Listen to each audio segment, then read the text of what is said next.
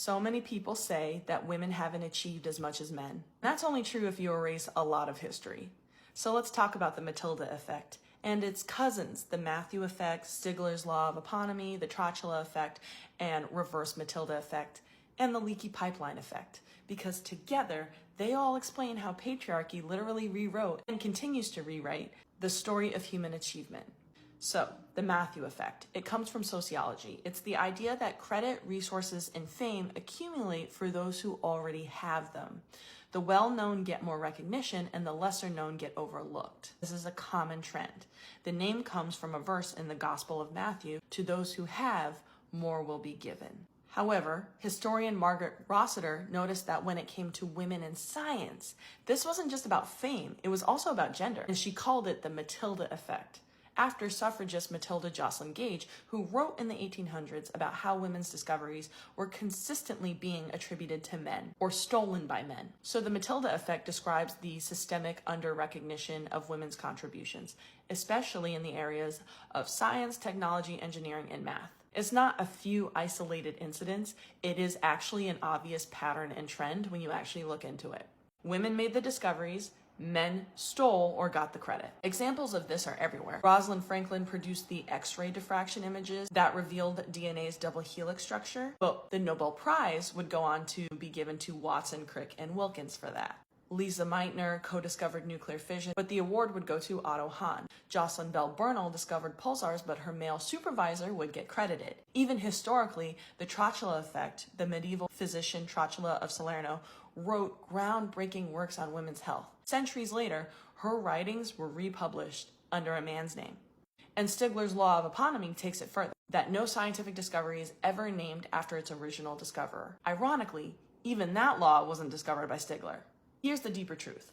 These laws reveal how knowledge, recognition, and legacy are filtered through systems of power. And these systems have always favored men because we have always lived in patriarchy. We don't live in matriarchy, we never have. Because for most of history, women couldn't publish under their own names, join universities, access research funding, they couldn't even have a bank account. And when they did the work anyway, it was always dismissed as assistance to their husbands or male colleagues. That's how patriarchy sustains itself, by making women's contributions invisible, then using that invisibility as proof that women haven't contributed much. That erasure didn't stay in science, it spread into the arts, literature, politics, leadership, writing, teaching, etc. It's why history is taught as a story of great men, because women were systemically written out of it. And even when women are recognized, there's the reverse Matilda effect, where studies show a consistent pattern that when women dominate a field, that field is suddenly seen as less serious. Prestige drops as women rise, and patriarchy adapts to keep control even when the playing field changes.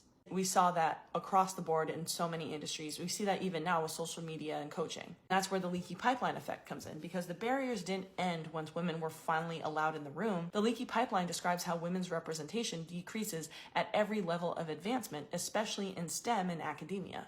There's no single leak, it's structural, and it starts early on. There's gender bias from classroom grading to hiring and promotions. Subtle and overt sexism keeps pushing women out. There's also workplace culture where male-dominated spaces often exclude or undermine women, from mansplaining to the lack of flexible work policies that support parents. There's also lack of role models. When women don't see others like them in senior roles, it becomes harder to envision belonging or advancement. There's also work-life balance issues. Family and caregiving responsibilities still fall disproportionately on women, often forcing impossible choices between career and home. And there's a confidence gap. Research shows that women apply to jobs only when they meet nearly all the listed requirements, and men apply when they only meet about half.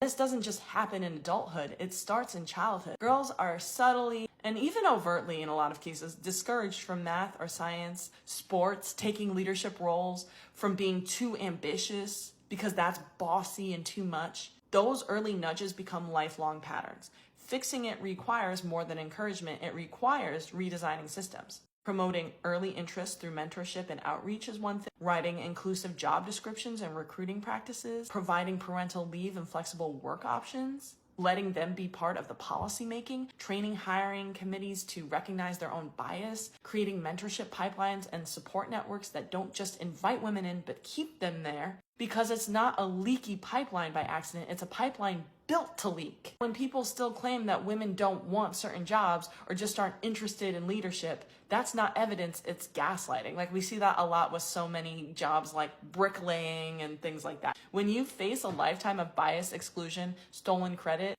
and also high levels of essay and grape from men, of course some people are gonna opt out. That's not disinterest, that's exhaustion. That's keeping your safety, you know? And it doesn't just affect cis women. Trans, non-binary, and queer people face the same disbelief in their expertise, the same gatekeeping of credibility and authority. Let's look at the US. 46 male presidents, 1 female vice president, and she's blamed for more than most of the other men combined who were actually president. That's the Matilda effect, the leaky pipeline, and the patriarchal feedback loop all in one.